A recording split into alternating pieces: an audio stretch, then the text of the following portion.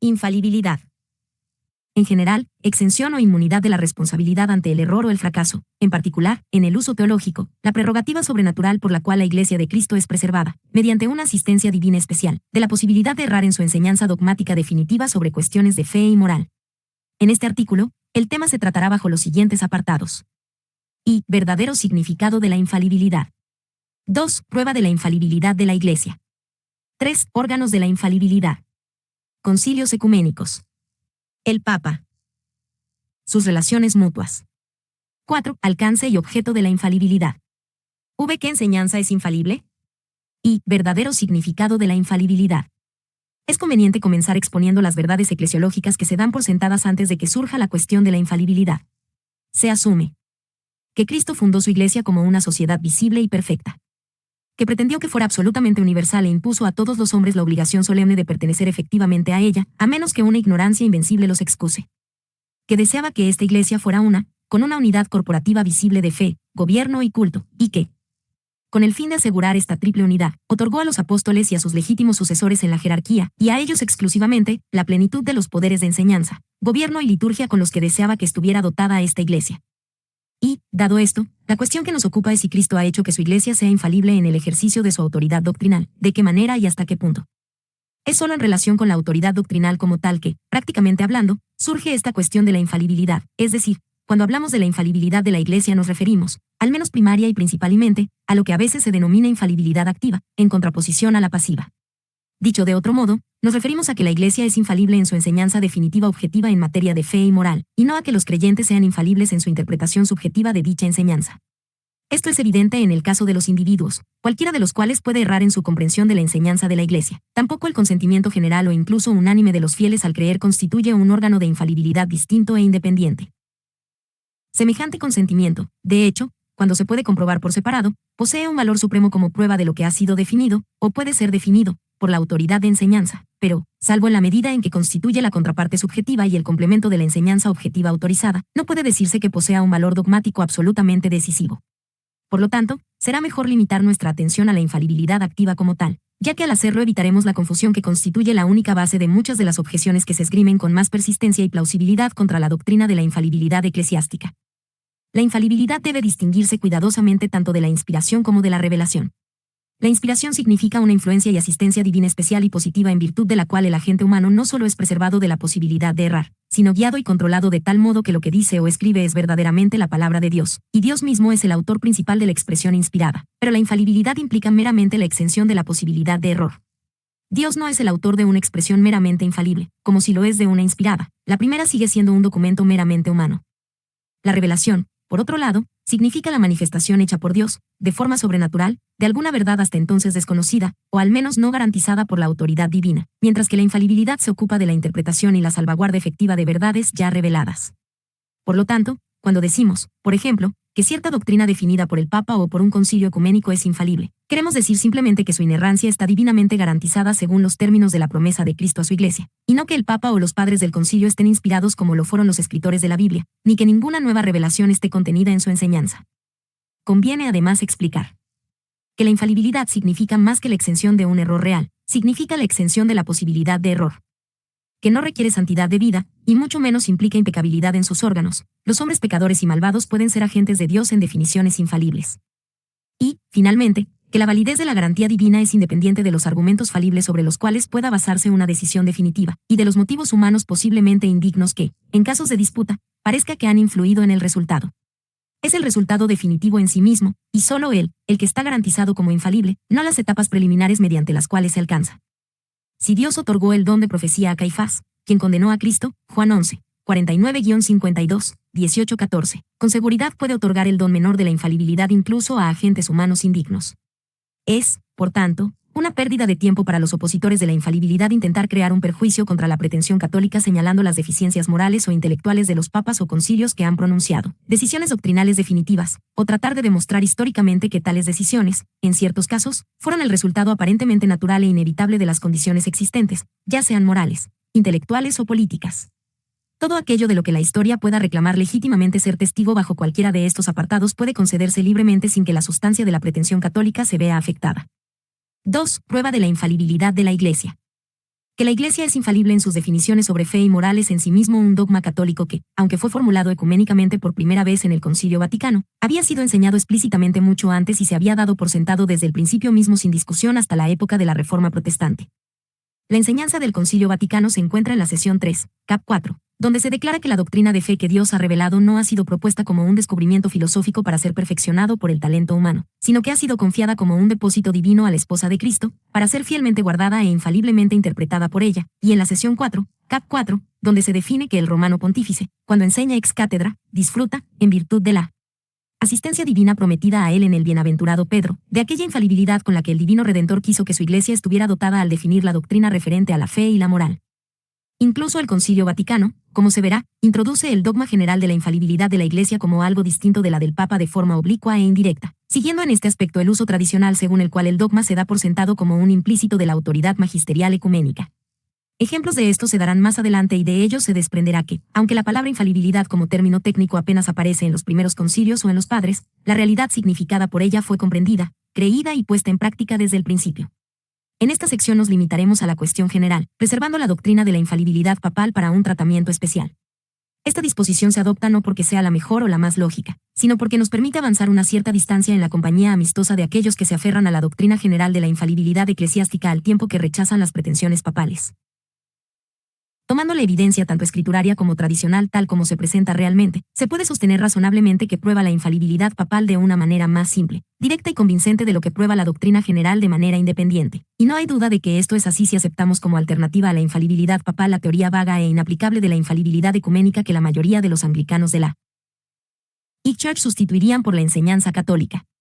Tampoco las iglesias orientales cismáticas están mucho mejor que la anglicana en este aspecto, excepto en que cada una ha conservado una especie de creencia virtual en su propia infalibilidad y en que, en la práctica, han sido más fieles en la custodia de las doctrinas definidas infaliblemente por los primeros concilios ecuménicos.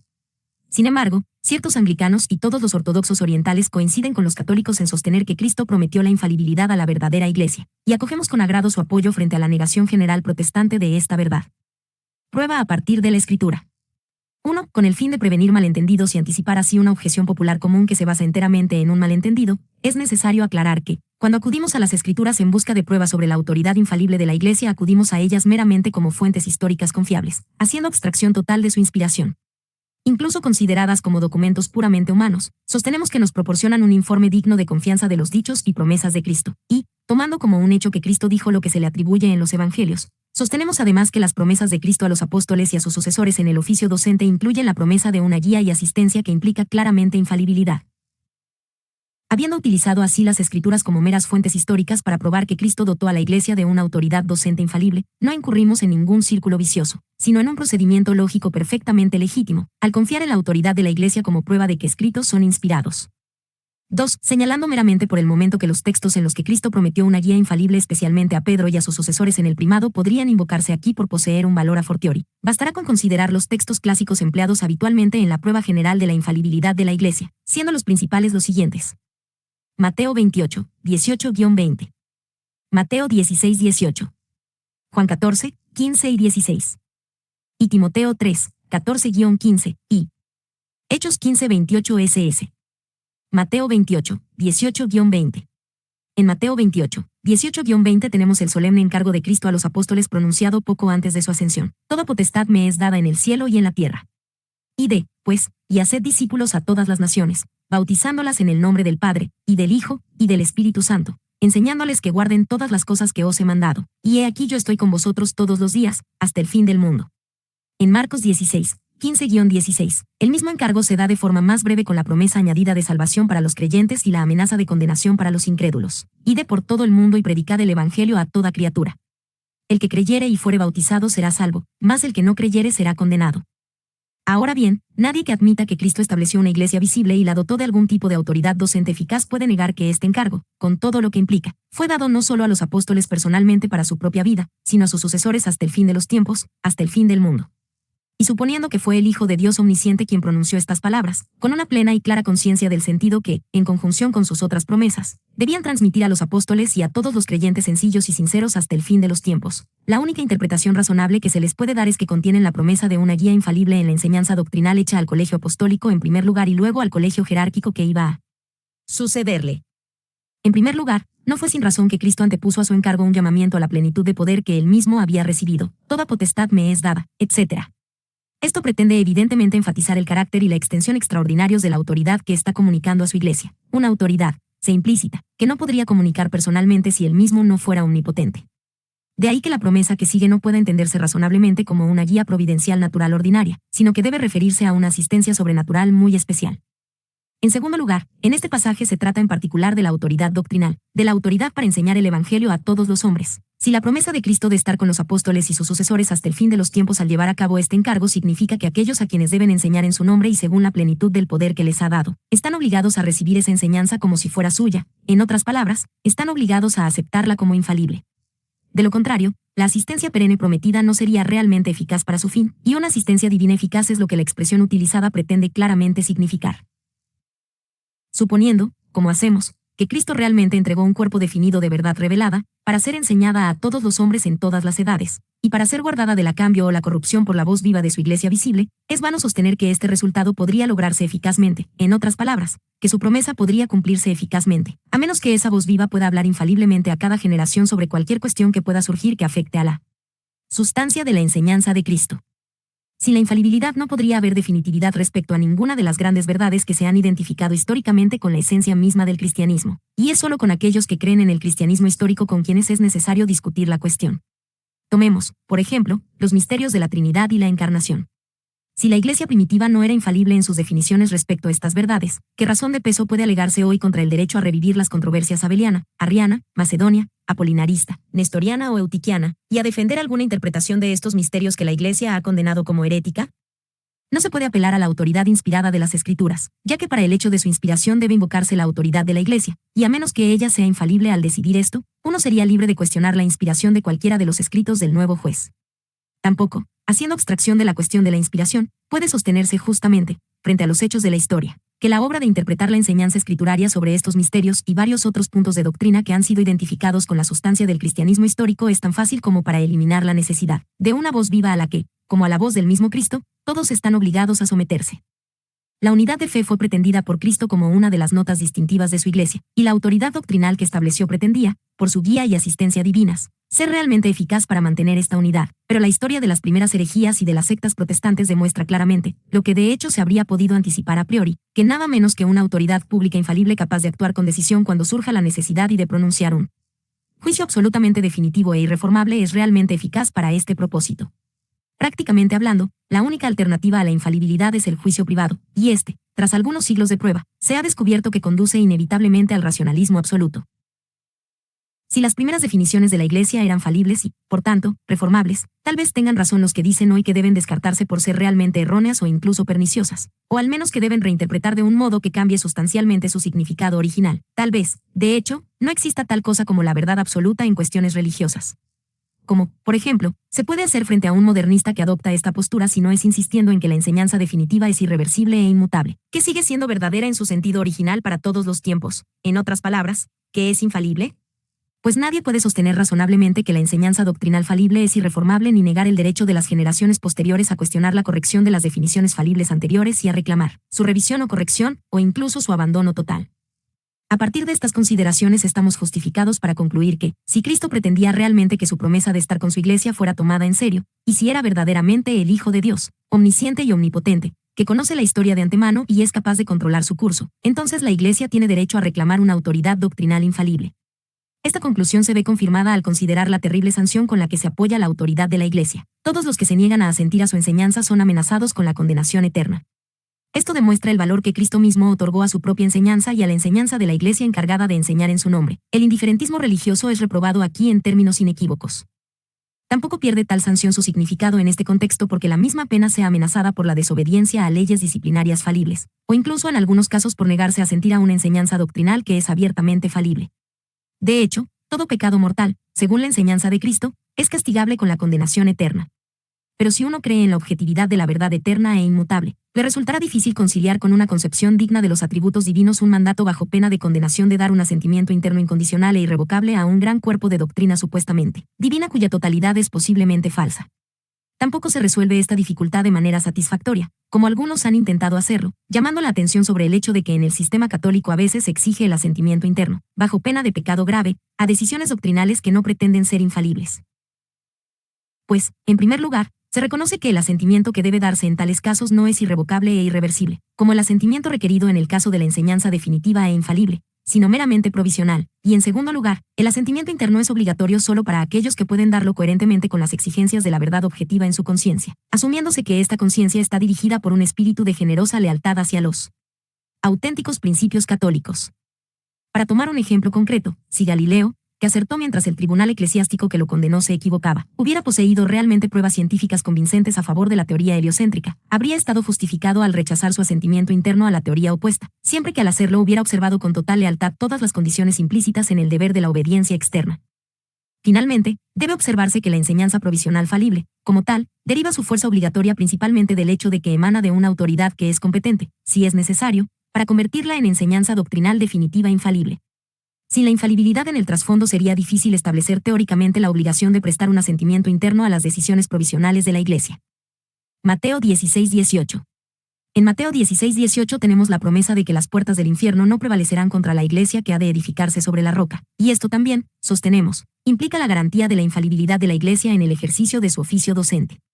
Tal promesa, por supuesto, debe entenderse con limitaciones según la naturaleza del asunto al que se aplique. Aplicada a la santidad, por ejemplo, que es esencialmente un asunto personal e individual, no significa que cada miembro de la Iglesia o de su jerarquía sea necesariamente un santo, sino meramente que la Iglesia, en su conjunto, destacará entre otras cosas por la santidad de vida de sus miembros.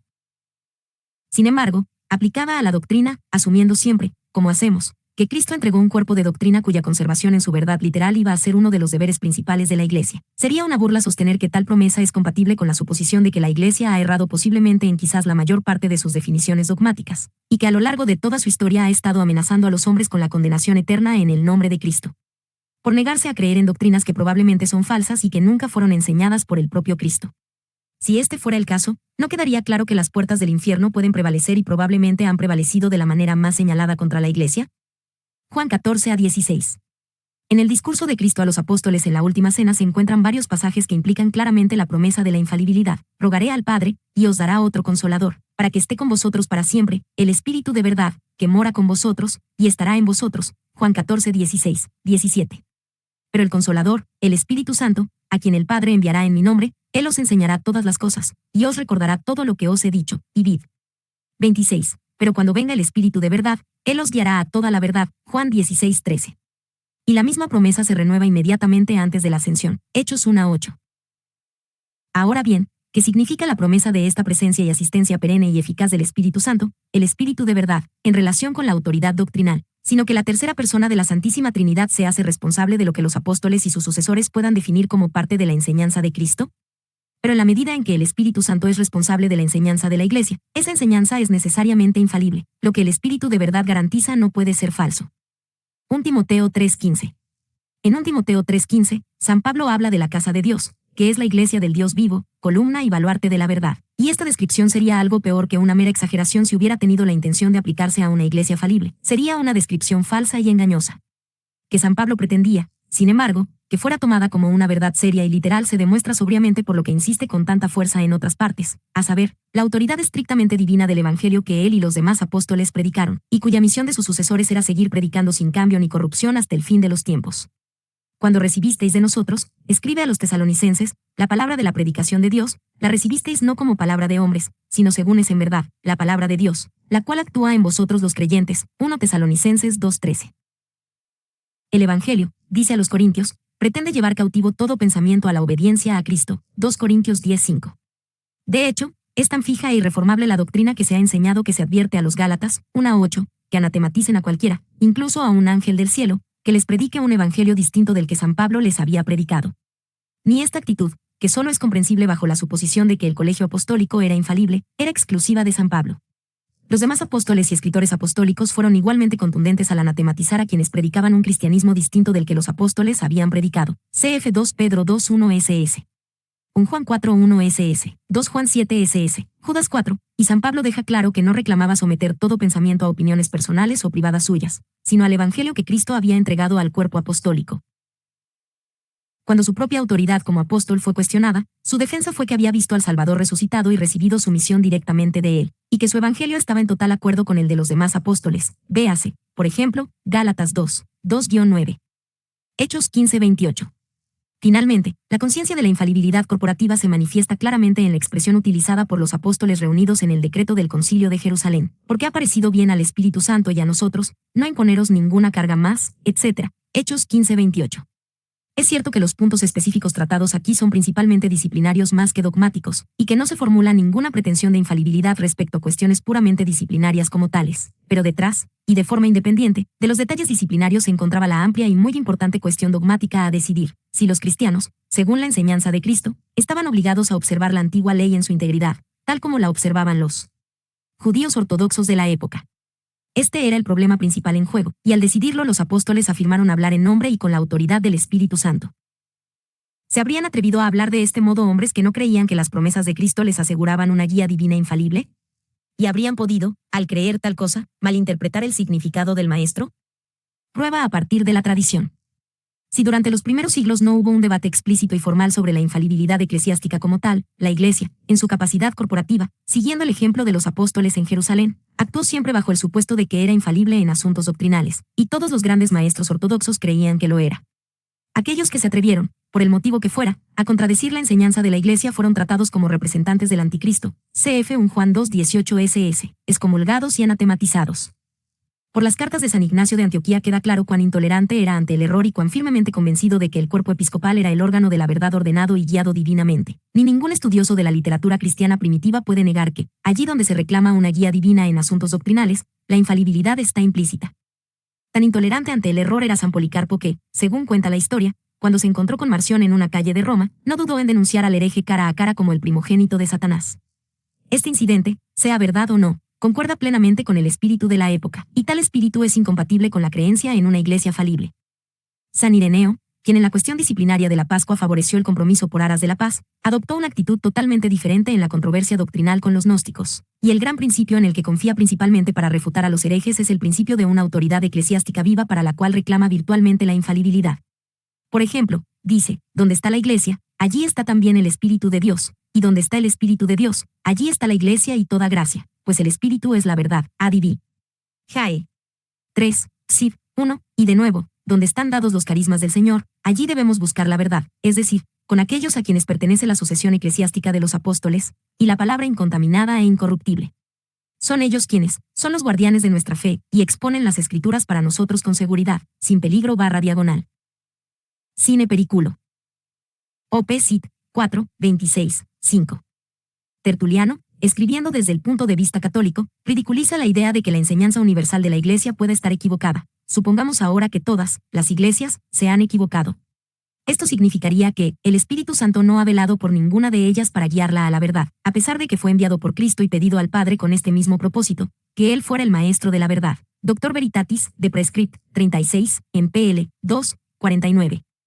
San Cipriano compara a la Iglesia con una virgen incorrupta. Adulterari non patest sponsa Christi, incorrupta est et pudica, de unitate ecli. Es innecesario seguir multiplicando citas, ya que es un hecho indiscutible que tanto en el periodo anteniciano, anterior al concilio de Nicea, es decir, de los primeros siglos del cristianismo hasta el año 325 después de Cristo, como en el postniciano, posterior a dicho concilio, todos los cristianos ortodoxos, fieles a la doctrina tradicional e institucional, atribuyeron a la voz corporativa de la Iglesia, que habla a través del cuerpo de obispos en unión con su cabeza y centro, toda la plenitud de la autoridad doctrinal que los propios apóstoles habían poseído, y cuestionar la infalibilidad de esa autoridad se habría considerado equivalente a cuestionar la veracidad y fidelidad de Dios.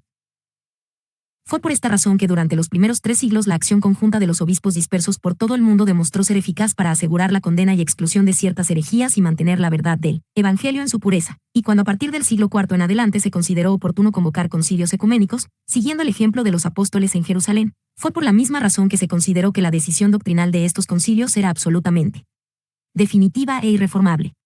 Incluso los herejes, en su mayor parte, reconocían este principio en teoría, y si de hecho a menudo se negaban a someterse, lo hacían por regla general bajo el argumento de que este o aquel concilio no era verdaderamente ecuménico, que no expresaba verdaderamente la voz corporativa de la Iglesia y que, por lo tanto, no era infalible.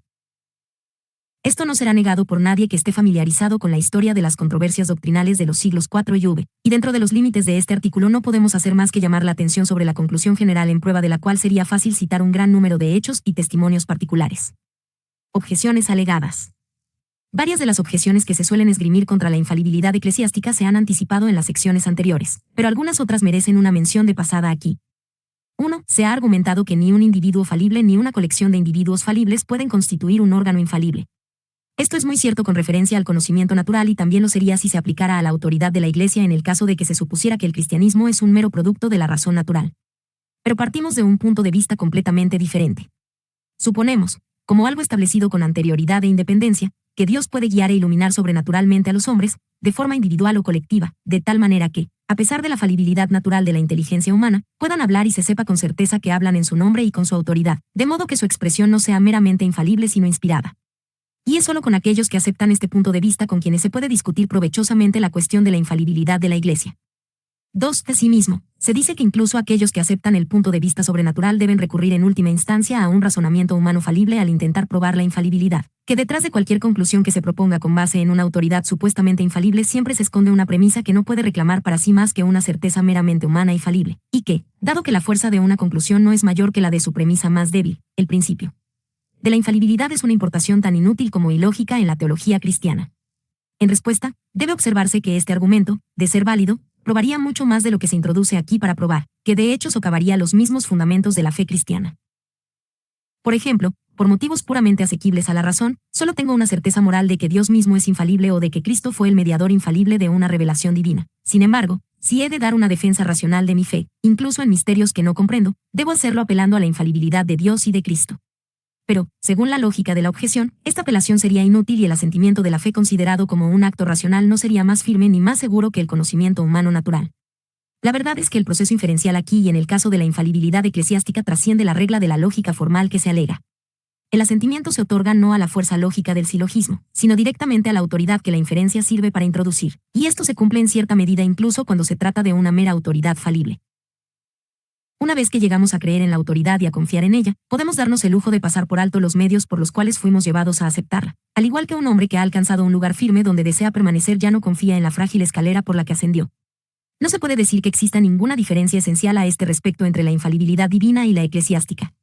Esta última, por supuesto, es solo un medio por el cual se nos pone bajo sujeción a la primera con respecto a un cuerpo de verdad una vez revelado y que debe ser creído por todos los hombres hasta el fin de los tiempos. Y nadie puede negar justamente que sea útil, por no decir necesaria, para ese propósito. Su alternativa es el juicio privado, y la historia ha demostrado a qué resultados conduce inevitablemente esta alternativa. 3. Se insta también a que el tipo de sumisión exigido por la autoridad infalible es incompatible con los derechos de la razón y de la libre investigación y especulación, y tiende a conferir a la fe de uno en su credo un carácter seco, formal, orgulloso e intolerante que desentona desfavorablemente con la fe afectuosa, humilde y tolerante del hombre que cree por convicción tras una libre investigación personal. En respuesta, basta con decir que la sumisión a la autoridad infalible no implica ninguna abdicación de la razón, ni impone ningún freno indebido a la libertad del creyente para proseguir la investigación y la especulación. Si fuera así, ¿cómo podría uno creer en la doctrina revelada sin ser acusado, como los incrédulos acusan a los cristianos, de cometer un suicidio intelectual? Si uno cree en la revelación, lo hace en deferencia a la autoridad de Dios, una autoridad que es seguramente infalible, y en lo que respecta al principio de la objeción, no hay diferencia entre la infalibilidad eclesiástica y la divina. Por lo tanto, resulta un tanto sorprendente que los cristianos profesantes recurran a un argumento semejante que, de ser defendido coherentemente, resultaría fatal para su propia postura. Y en cuanto a la libertad de investigación y especulación con respecto a las doctrinas reveladas mismas, debe observarse que la verdadera libertad en esto, como en otros asuntos, no significa licencia desenfrenada.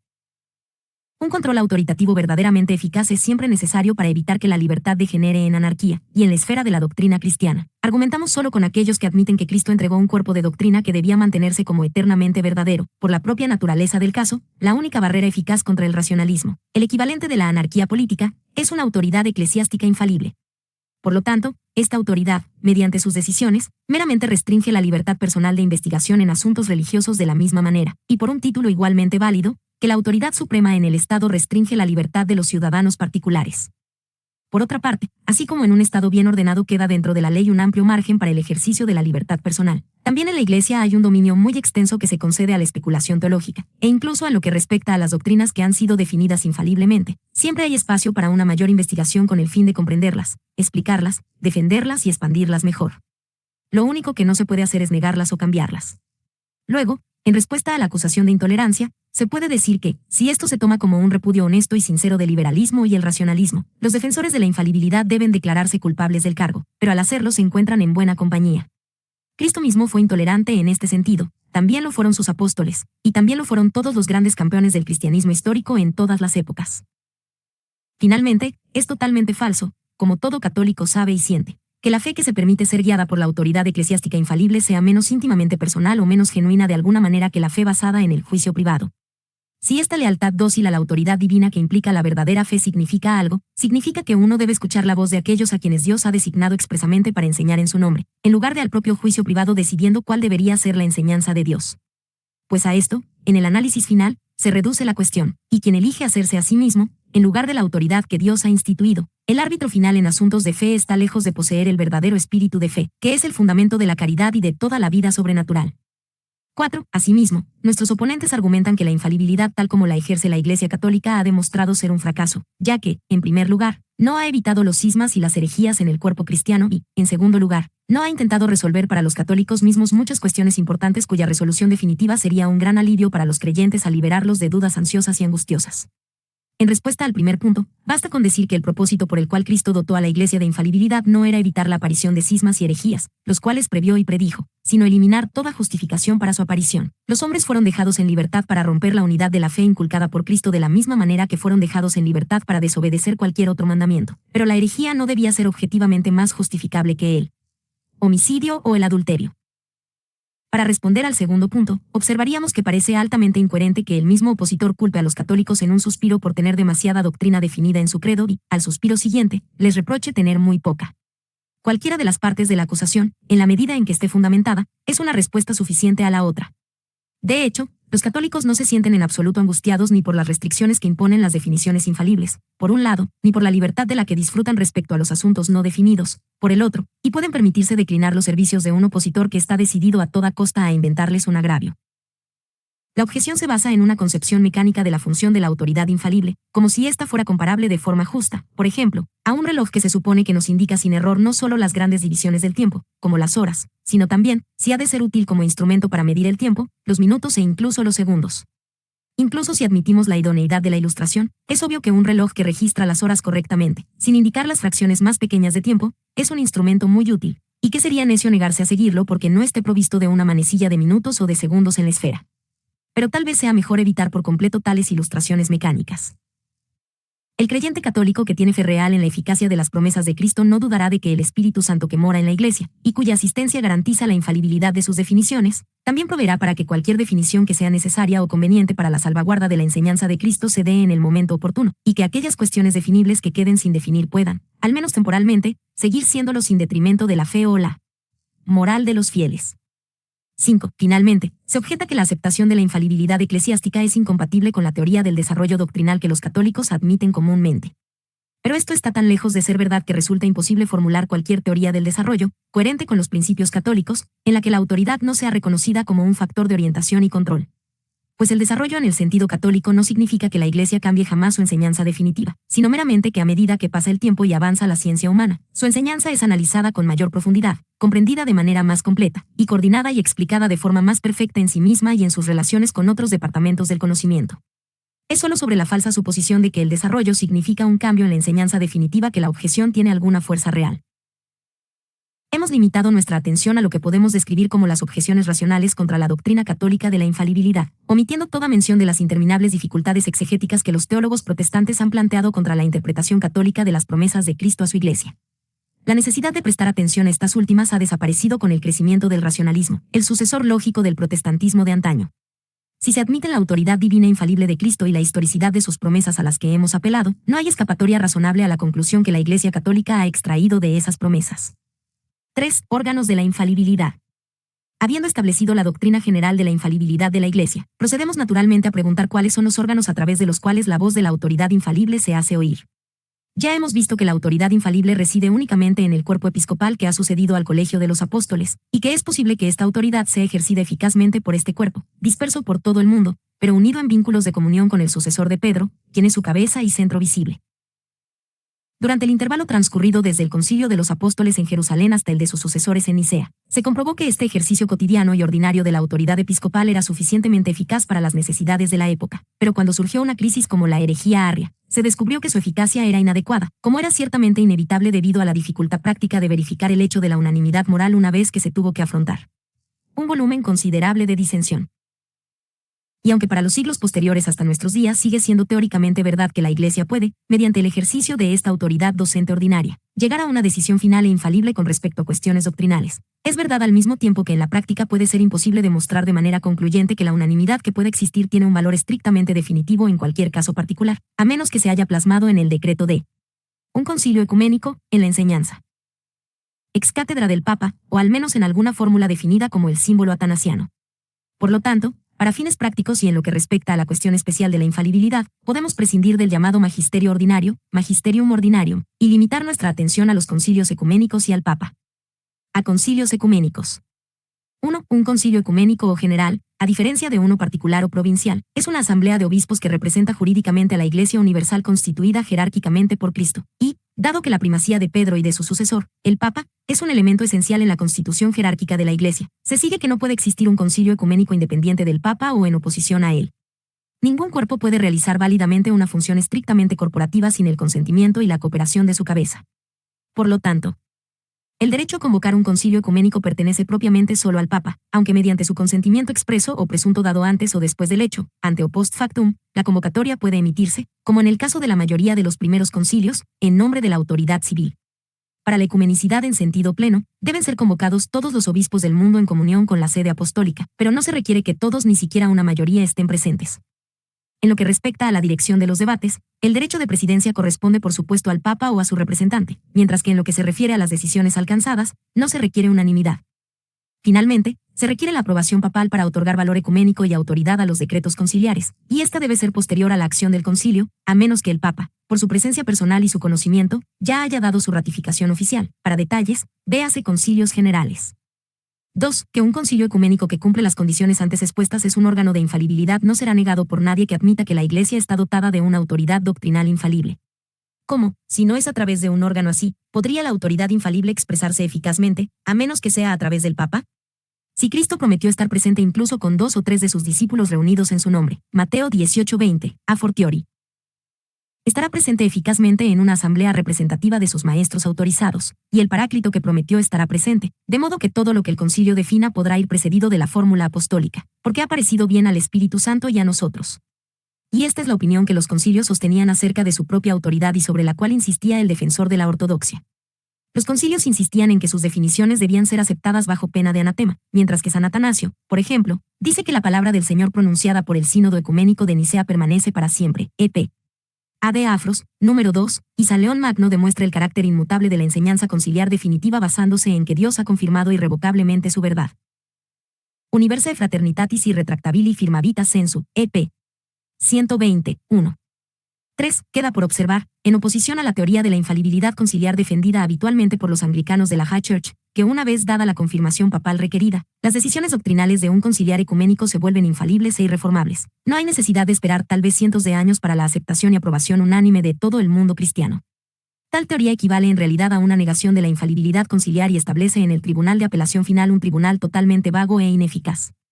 Es un consuelo, sin duda, aferrarse a la doctrina abstracta de una autoridad infalible, pero si uno adopta una teoría que representa a esa autoridad como incapaz de cumplir su tarea asignada durante la mayor parte de la vida de la Iglesia, no la teoría fuera verdadera, no estarían los arrianos perfectamente justificados en su prolongada lucha para revertir Nicea, y no ha sido el persistente rechazo de los nestorianos hasta nuestros días para aceptar Efeso y de los monofisitas para aceptar Calcedonia suficiente para derrotar la ratificación de esos concilios.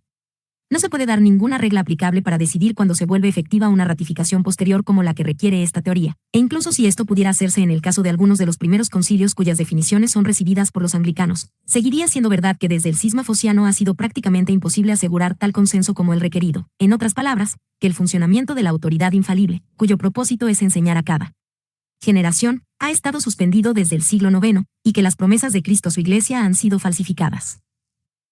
Es un consuelo, sin duda, aferrarse a la doctrina abstracta de una autoridad infalible, pero si uno adopta una teoría que representa a esa autoridad como incapaz de cumplir su tarea asignada durante la mayor parte de la vida de la Iglesia, no es fácil ver cómo esta creencia consoladora es algo más que una ilusión. B. El Papa. Explicación de la infalibilidad papal.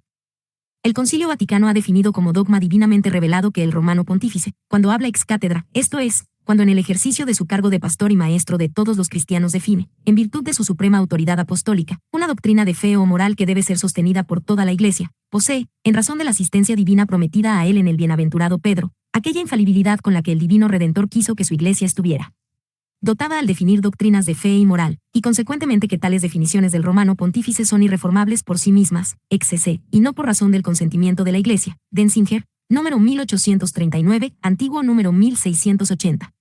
Para la correcta comprensión de esta definición, debe señalarse que lo que se reclama para el Papa es meramente infalibilidad, no impecabilidad ni inspiración, véase más arriba. La infalibilidad que se reclama para el Papa es la misma en su naturaleza, alcance y extensión que la que posee la Iglesia en su conjunto. Su enseñanza ex cátedra no tiene que ser ratificada por la Iglesia para ser infalible. La infalibilidad no se atribuye a cada acto doctrinal del Papa, sino únicamente a su enseñanza ex cátedra, y las condiciones requeridas para la enseñanza ex cátedra se mencionan en el Decreto del Vaticano. El pontífice debe enseñar en su capacidad pública y oficial como pastor y doctor de todos los cristianos, no meramente en su calidad privada de teólogo, predicador o emisor de alocuciones, ni en su calidad de príncipe temporal o de mero ordinario de la diócesis de Roma. Debe quedar claro que habla como cabeza espiritual de la Iglesia universal. Asimismo, solo cuando enseña alguna doctrina de fe o moral en esta capacidad es infalible, véase más adelante. 4. Además, debe ser suficientemente evidente que pretende enseñar con toda la plenitud y el carácter definitivo de su suprema autoridad apostólica, en otras palabras, que desea determinar algún punto de doctrina de manera absolutamente definitiva e irrevocable, o definirlo en sentido técnico, véase definición. Estas son fórmulas bien reconocidas mediante las cuales se puede manifestar la intención de definir. Finalmente, para que una decisión sea ex cátedra, debe quedar claro que el Papa pretende obligar a toda la Iglesia. Esto implica exigir el asentimiento interno de todos los fieles a su enseñanza bajo pena de incurrir en un naufragio espiritual, naufragium fidei, según la expresión utilizada por Pío IX al definir la Inmaculada Concepción de la Santísima Virgen. Teóricamente, esta intención podría hacerse suficientemente clara en una decisión papal dirigida únicamente a una iglesia en particular, pero en las condiciones actuales, cuando es tan fácil comunicarse con las partes más alejadas de la tierra y asegurar una promulgación literalmente universal de los actos papales, se presume que, a menos que el Papa se dirija formalmente a toda la Iglesia de la manera oficial reconocida, no pretende que su enseñanza doctrinal sea sostenida por todos los fieles como ex cátedra e infalible. Para concluir, debe señalarse que la infalibilidad papal es un carisma personal e incomunicable, que no es compartido por ningún tribunal pontificio. Fue prometido directamente a Pedro y a cada uno de los sucesores de Pedro en el primado, pero no como una prerrogativa cuyo ejercicio pueda delegarse en otros. Por lo tanto, las decisiones o instrucciones doctrinales emitidas por las congregaciones romanas, incluso cuando son aprobadas por el Papa de manera ordinaria, no tienen derecho a ser consideradas infalibles. Para ser infalibles, deben ser emitidas por el propio Papa en su propio nombre, de acuerdo con las condiciones ya mencionadas como requisitos para la enseñanza ex cátedra. Prueba de la infalibilidad papal a partir de la Sagrada Escritura. A partir de la Sagrada Escritura, como ya se ha dicho, la prueba especial de la infalibilidad del Papa es, en todo caso, más sólida y clara que la prueba general de la infalibilidad de la Iglesia en su conjunto, del mismo modo que la prueba de su primado es más sólida y clara que cualquier prueba que pueda aducirse de manera independiente en favor de la autoridad apostólica del episcopado. Mateo 16:18. Tú eres Pedro, Kepa, dijo Cristo, y sobre esta piedra, Kepa, edificaré mi iglesia, y las puertas del infierno no prevalecerán contra ella. Mateo 16:18. Los opositores de las pretensiones papales han intentado de diversas maneras eludir el único significado obvio y natural de estas palabras, según el cual Pedro ha de ser el cimiento rocoso de la Iglesia y la fuente de su indefectibilidad frente a las puertas del infierno. Se ha sugerido, por ejemplo, que esta piedra es el propio Cristo o que es la fe de Pedro, que tipifica la fe de los futuros creyentes, y no su persona y su cargo, sobre lo que se ha de edificar la Iglesia. Pero estas interpretaciones, y otras similares, simplemente destruyen la coherencia lógica de las afirmaciones de Cristo y quedan excluidas por los textos griego y latín, en los que se advierte claramente una especie de juego de palabras entre Petros, Petrus, y Petra. Y de manera aún más contundente por el idioma arameo original que habló Cristo, en el cual debió de utilizarse la misma palabra. Kepa en ambas cláusulas. Y admitiendo, Como reconocen los mejores comentaristas modernos no católicos, que este texto de San Mateo contiene la promesa de que San Pedro había de ser el cimiento rocoso de la Iglesia. Resulta imposible negar que los sucesores de Pedro en el primado son herederos de esta promesa, a menos que uno esté dispuesto a admitir el principio, que subvertiría por completo el sistema jerárquico, de que la autoridad otorgada por Cristo a los apóstoles no estaba destinada a ser transmitida a sus sucesores ni a permanecer en la Iglesia de forma permanente. La primacía de Pedro fue enfatizada por el propio Cristo y reconocida con tanta claridad en la Iglesia naciente como la autoridad perdurable del cuerpo episcopal. Y para los católicos constituye un enigma difícil de resolver el hecho de que quienes niegan que la autoridad suprema del sucesor de Pedro sea un factor esencial en la constitución de la Iglesia puedan sostener coherentemente la autoridad divina del episcopado. Ahora bien, como ya hemos visto, la indefectibilidad doctrinal está implícita sin duda en la promesa de Cristo de que las puertas del infierno no prevalecerán contra su Iglesia, y no puede garantizarse eficazmente sin la infalibilidad doctrinal, de modo que, si la promesa de Cristo significa algo, si el sucesor de Pedro es, en un sentido verdadero, el cimiento y la fuente de la indefectibilidad de la Iglesia, en virtud de este cargo debe ser también un órgano de la infalibilidad eclesiástica. La metáfora utilizada implica claramente que era el cimiento rocoso el que debía dar estabilidad a la superestructura, y no la superestructura a la roca. Tampoco puede decirse que este argumento fracase por probar demasiado, al probar, es decir, que el Papa debería ser impecable, o al menos un santo, dado que, si la Iglesia debe ser santa para vencer las puertas del infierno, el ejemplo y la inspiración de la santidad deberían ser dados por quien es el cimiento visible de la indefectibilidad de la Iglesia. Por la naturaleza misma del caso, debe hacerse una distinción entre la santidad o impecabilidad y la autoridad doctrinal infalible. La santidad personal es esencialmente incomunicable entre los hombres y no puede afectar a otros sino de manera falible e indirecta, como mediante la oración o el ejemplo, pero la enseñanza doctrinal que se acepta como infalible es capaz de asegurar esa certeza y la consiguiente unidad de fe mediante la cual, así como por otros vínculos, los miembros de la Iglesia visible de Cristo debían estar bien compactados y unidos entre sí. Efesios 4:16. Es verdad, por supuesto, que la enseñanza infalible, especialmente en cuestiones morales, ayuda a promover la santidad entre quienes la aceptan, pero nadie sugerirá seriamente que, si Cristo hubiera hecho al Papa impecable además de infalible, habría provisto con ello la santidad personal de los creyentes individuales de manera más eficaz de lo que, según los principios católicos, lo ha hecho en la realidad. Lucas 22, 31, 32. Aquí Cristo dice a San Pedro y a sus sucesores en el primado: Simón, Simón, he aquí que Satanás os ha pedido para zarandearos como a trigo, pero yo he rogado por ti, para que tu fe no falle, y tú, una vez convertido, confirma a tus hermanos. Esta oración especial de Cristo fue por Pedro solo en su calidad de cabeza de la Iglesia, como se desprende del texto y del contexto, y puesto que no podemos dudar de la eficacia de la oración de Cristo, se sigue que a San Pedro y a sus sucesores se les encomendó personalmente el cargo de confirmar autorizadamente en la fe a los hermanos, a los demás obispos y a los creyentes en general, y esto implica infalibilidad. Juan 21, 15-17. Aquí tenemos el registro de la demanda 3 veces repetida de Cristo de una confesión del amor de Pedro y el encargo, también 3 veces repetido, de apacentar sus corderos y ovejas. Cuando hubieron comido, Jesús dijo a Simón Pedro: Simón, hijo de Juan, ¿me amas más que estos? Le respondió: Sí, Señor, tú sabes que te amo. Dícele: apacienta mis corderos. Volvió a decirle la segunda vez: Simón, hijo de Juan, ¿me amas? Le respondió: Sí, Señor, tú sabes que te amo. Dícele: apacienta mis corderos. Dícele la tercera vez: Simón, hijo de Juan, ¿me amas? Pedro se entristeció de que le dijese la tercera vez: ¿me amas? Y le respondió: Señor, tú lo sabes todo, tú sabes que te amo. Dícele Jesús: apacienta mis ovejas. Aquí se le confía a San Pedro y a sus sucesores el encargo pastoral completo y supremo de todo el rebaño de Cristo, tanto de las ovejas como de los corderos, y en esto se comprende indudablemente la autoridad doctrinal suprema.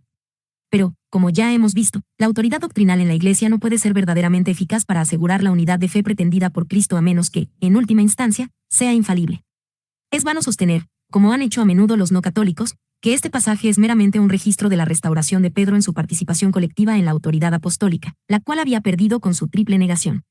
Además, por los datos que proporcionan los hechos de los apóstoles, queda claro que la supremacía de Pedro fue reconocida en la Iglesia primitiva, véase primacía, y si esta supremacía pretendía ser eficaz para el propósito para el que fue instituida, debió de incluir la prerrogativa de la infalibilidad doctrinal. Muy probable que la razón por la cual Cristo exigió la triple confesión de amor fuera para contrarrestar la triple negación. Pero si las palabras de Cristo en este y en los demás pasajes citados significan algo, y si han de entenderse de la manera obvia y natural en que los defensores de la autoridad divina del episcopado entienden las palabras dirigidas en otras partes a los apóstoles colectivamente, no se puede negar que las pretensiones petrinas y papales están respaldadas con mayor claridad por los evangelios que las de un episcopado monárquico. Es igualmente vano sostener que estas promesas fueron hechas, y este poder dado, a Pedro meramente como representante del colegio apostólico. En los textos del Evangelio, Pedro es individualmente destacado y abordado con particular énfasis, de modo que, a menos de negar con el racionalista la autenticidad de las palabras de Cristo, no hay escapatoria lógica a la postura católica. Además, por los datos que proporcionan los Hechos de los Apóstoles, queda claro que la supremacía de Pedro fue reconocida en la Iglesia primitiva, véase primacía, y si esta supremacía pretendía ser eficaz para el propósito para el que fue instituida, debió de incluir la prerrogativa de la infalibilidad doctrinal. Prueba de la infalibilidad papal a partir de la tradición.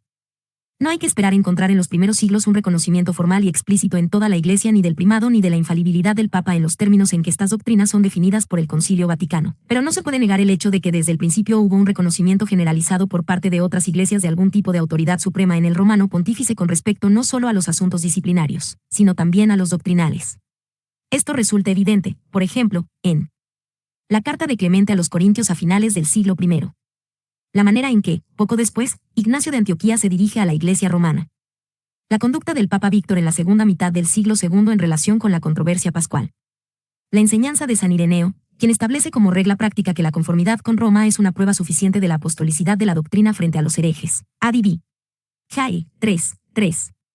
La correspondencia entre el Papa Dionisio y su homónimo en Alejandría en la segunda mitad del siglo III. Y en muchos otros hechos que podrían mencionarse, véase primacía. Incluso los herejes reconocieron algo especial en la autoridad doctrinal del Papa, y algunos de ellos, como Marción en el siglo II y Pelagio y Celestio en el primer cuarto del siglo V, apelaron a Roma con la esperanza de conseguir la revocación de su condena por parte de obispos o sínodos provinciales. Y en la época de los concilios, desde Nicea en adelante, existe un reconocimiento lo suficientemente explícito y formal de la supremacía doctrinal del obispo de Roma. San Agustín, por ejemplo, expresa el sentimiento católico imperante cuando, en relación con el asunto pelagiano, declara en un sermón pronunciado en Cartago tras recibir la carta del Papa Inocencio que confirma los decretos del Concilio de Cartago. Han llegado las respuestas de Roma, la causa está terminada, inde tiam prescripta venerunt, causa finita est. Serm. 131, cx. Y de nuevo cuando, refiriéndose al mismo tema, insiste en que toda duda ha sido disipada por la carta del Papa Inocencio de venerada memoria. C. Doacep. Pelag, 2, 3, 5. Y lo que es aún más importante es el reconocimiento explícito, en términos formales y por parte de concilios que son admitidos como ecuménicos, de la definitividad y, por implicación, de la infalibilidad de la enseñanza papal. Así, los padres de Efeso, 431, declaran que se ven obligados a condenar la herejía de Nestorio por los sagrados cánones y por la carta de nuestro Santo Padre y coministro, Celestino, obispo de Roma. 20 años después, 451, los padres de Calcedonia, tras escuchar la lectura de la Carta de León, asumen la siguiente declaración: así creemos todos. Pedro ha hablado por medio de León. Más de 2 siglos más tarde, en el Tercer Concilio de Constantinopla, 680 a 681, se repite la misma fórmula: Pedro ha hablado por medio de Agatón.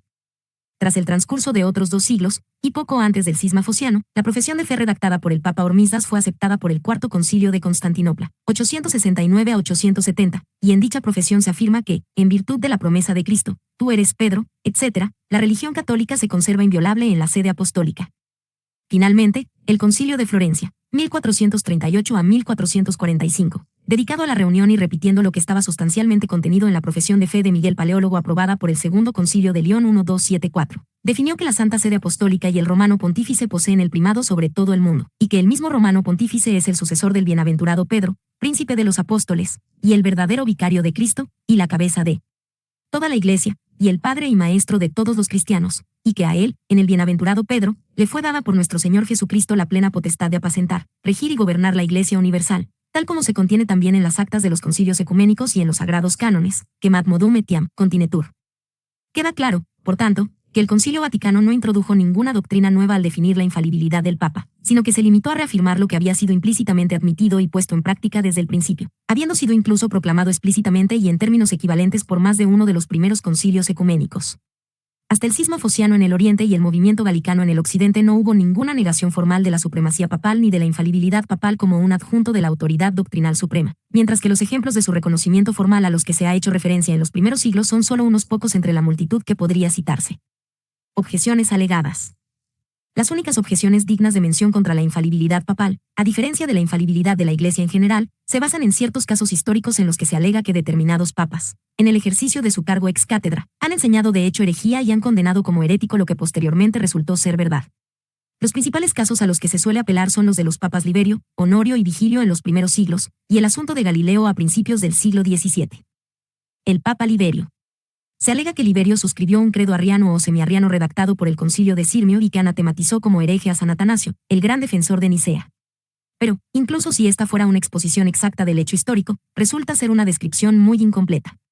Debe añadirse la importantísima circunstancia de que el Papa actuó bajo la presión de una coacción muy cruel, lo cual priva inmediatamente a su acción de cualquier pretensión de ser considerada ex cátedra. Y que él mismo, tan pronto como recuperó su libertad, enmendó la debilidad moral de la que había sido culpable. Esta es una respuesta bastante satisfactoria a la objeción, pero debe añadirse que no existe evidencia alguna de que Liberio haya anatematizado jamás expresamente a San Atanasio como hereje, y que sigue siendo un punto discutible cuál de los 3 o 4 credos sirmios suscribió, 2 de los cuales no contenían ninguna afirmación positiva de doctrina herética y eran defectuosos meramente por la razón negativa de no haber insistido en la plena definición de Nicea. El Papa Honorio. La acusación contra el Papa Honorio es doble, que, al ser consultado en la controversia monotelita, enseñó de hecho la herejía monotelita en sus 2 cartas a Sergio, y que fue condenado como hereje por el Sexto Concilio Ecuménico, cuyos decretos fueron aprobados por León II. Pero, en primer lugar, queda bastante claro por el tono y los términos de estas cartas que, lejos de pretender dar una decisión definitiva o ex cátedra sobre la cuestión doctrinal en disputa, Honorio se limitó a tratar de calmar la creciente acritud de la controversia asegurando el silencio.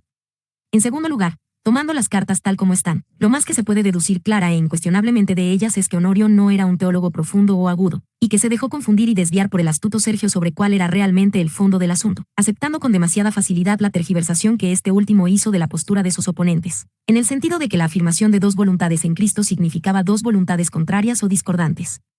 Finalmente, en cuanto a la condena de Honorio como hereje, hay que recordar que no existe ninguna sentencia ecuménica que afirme el hecho de que las cartas de Honorio a Sergio contengan herejía, ni de que estuvieran destinadas a definir la cuestión de la que tratan. La sentencia dictada por los padres del concilio tiene valor ecuménico únicamente en la medida en que fue aprobada por León II, pero, al aprobar la condena de Honorio, su sucesor añade la importantísima salvedad de que es condenado, no por la razón doctrinal de que enseñó herejía, sino por el motivo moral de que careció de la vigilancia esperada de él en su cargo apostólico y permitió así que cobrara fuerza una herejía que debería haber sofocado en sus inicios. El Papa Vigilio. Hay aún menos razones para intentar fundamentar una objeción a la infalibilidad papal en la conducta vacilante del Papa Vigilio en relación con la controversia de los 3 capítulos, y es tanto más innecesario detenerse en este caso cuanto que la mayoría de los opositores modernos de las pretensiones papales ya no recurren a él. Galileo.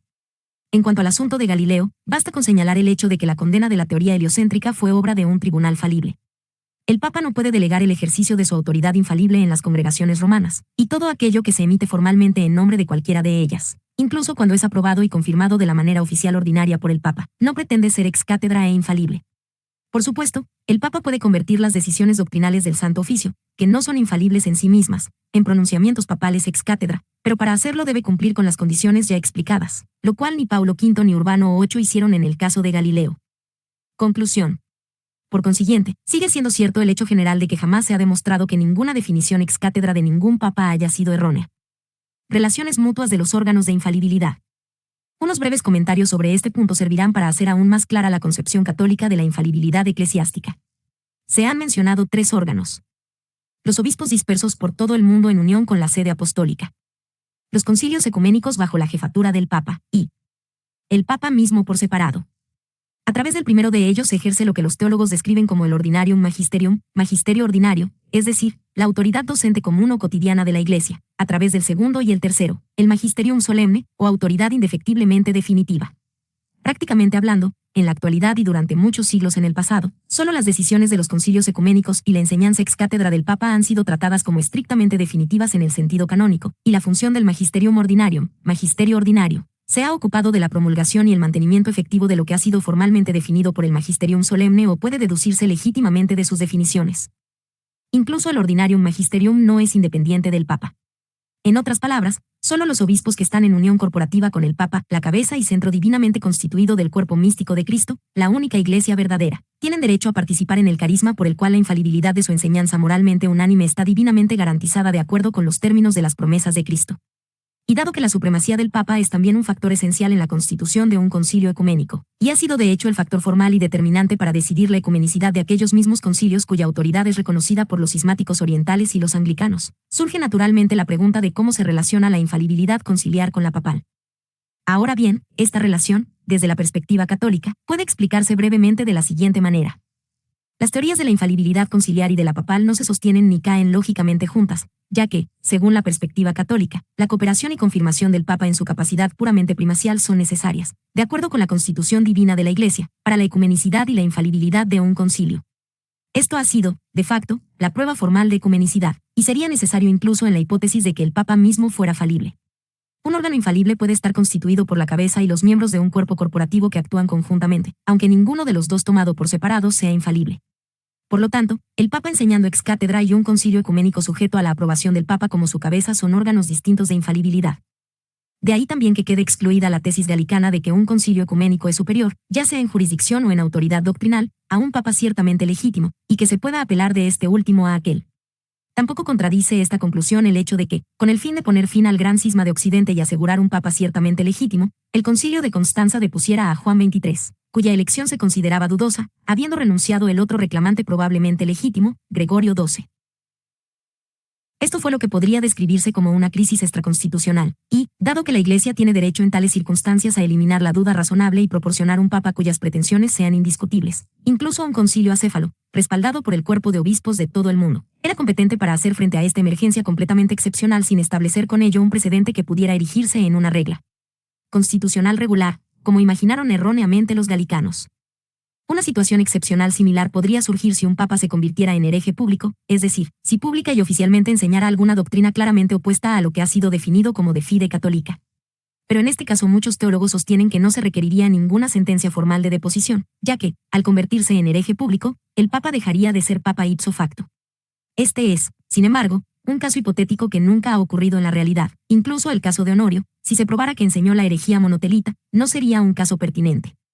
4. Alcance y objeto de la infalibilidad.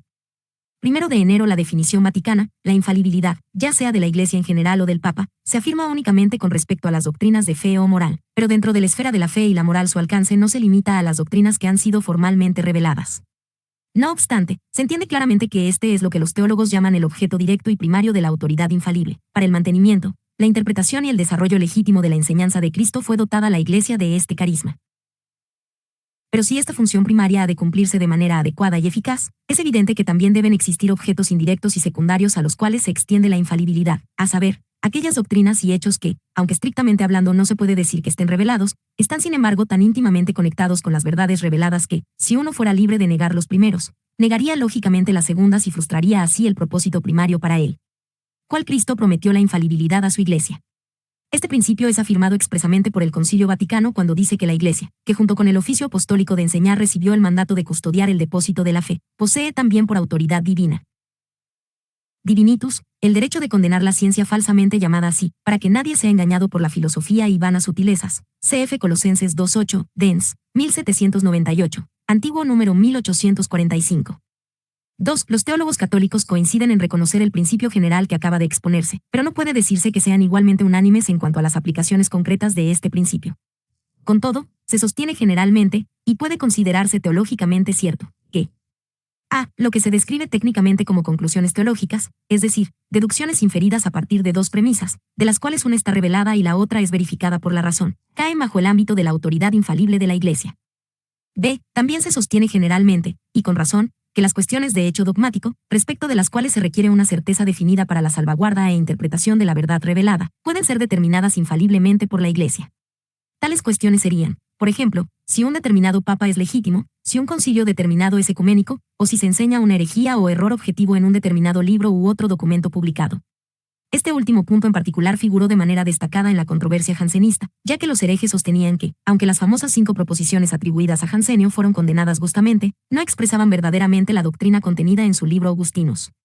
Clemente XI, al condenar este subterfugio, véase Dens, 1350, antiguo número 1317, se limitó a reafirmar el principio que habían seguido los padres de Nicea al condenarla. Talía. De Arrio, los padres de Efeso al condenar los escritos de Nestorio, y el Segundo Concilio de Constantinopla al condenar los 3 capítulos. C. Se sostiene también comúnmente, y con razón, que la Iglesia es infalible en la canonización de los santos, es decir, cuando la canonización tiene lugar de acuerdo con el proceso solemne que se sigue desde el siglo IX. La mera beatificación, sin embargo, a diferencia de la canonización, no se considera infalible, y en la propia canonización el único hecho que se determina infaliblemente es que el alma del santo canonizado partió en estado de gracia y ya goza de la visión beatífica. D. En cuanto a los preceptos morales o leyes, a diferencia de la doctrina moral, la infalibilidad no va más allá de proteger a la Iglesia para que no promulgue leyes universales que en principio sean inmorales. Estaría fuera de lugar hablar de infalibilidad en relación con la oportunidad o la administración de leyes disciplinarias que cambian necesariamente, aunque, por supuesto, los católicos creen que la Iglesia recibe la guía divina apropiada en este y en asuntos similares donde se requiere sabiduría práctica espiritual. ¿Qué enseñanza es infalible? Una palabra o dos bajo este título, resumiendo lo que ya se ha explicado en este y en otros artículos, serán suficientes. En cuanto a la materia, solo las doctrinas de fe y moral, y los hechos tan íntimamente conectados con estas como para requerir una determinación infalible, entran en el ámbito de la enseñanza eclesiástica infalible. Estas doctrinas o hechos no necesitan ser necesariamente revelados, basta con que el depósito revelado no pueda ser custodiada y explicada de manera adecuada y eficaz a menos que se determinen infaliblemente. En cuanto al órgano de autoridad por el cual se determinan tales doctrinas o hechos, existen tres órganos posibles. Uno de ellos, el Magisterium Ordinarium, magisterio ordinario, es propenso a hacer algo indefinido en sus pronunciamientos y, en consecuencia, prácticamente ineficaz como órgano. Los otros dos, sin embargo, son órganos adecuadamente eficientes, y cuando deciden definitivamente cualquier cuestión de fe o moral que pueda surgir, ningún creyente que preste la debida atención a las promesas de Cristo puede negarse consistentemente a asentir con certeza absoluta e irrevocable a su enseñanza. Pero antes de estar obligado a dar tal asentimiento, el creyente tiene derecho a estar seguro de que la enseñanza en cuestión es definitiva, puesto que solo la enseñanza definitiva es infalible, y los medios por los cuales se puede reconocer la intención definitiva, ya sea de un concilio o del Papa, se han indicado anteriormente. Solo cabe añadir aquí que no todo en un pronunciamiento conciliar o papal en el que se define alguna doctrina debe ser tratado como definitivo e infalible. Por ejemplo, en la extensa bula de Pío IX que define la Inmaculada Concepción, la parte estrictamente definitiva e infalible se comprende en una o dos frases. Y lo mismo ocurre en muchos casos con respecto a las decisiones conciliares. Las declaraciones meramente argumentativas y justificativas incorporadas en los juicios definitivos, por muy verdaderas y autorizadas que puedan ser, no están cubiertas por la garantía de la infalibilidad que acompaña a las sentencias estrictamente definitivas, a menos que, de hecho, su infalibilidad haya sido establecida previa o posteriormente mediante una decisión independiente. Bibliografía: Herbermann, Charles George, director de la obra.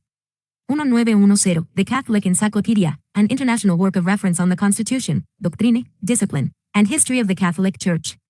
Volumen 7, Gregory XII, Infallibility. Nueva York, Robert Appleton Company.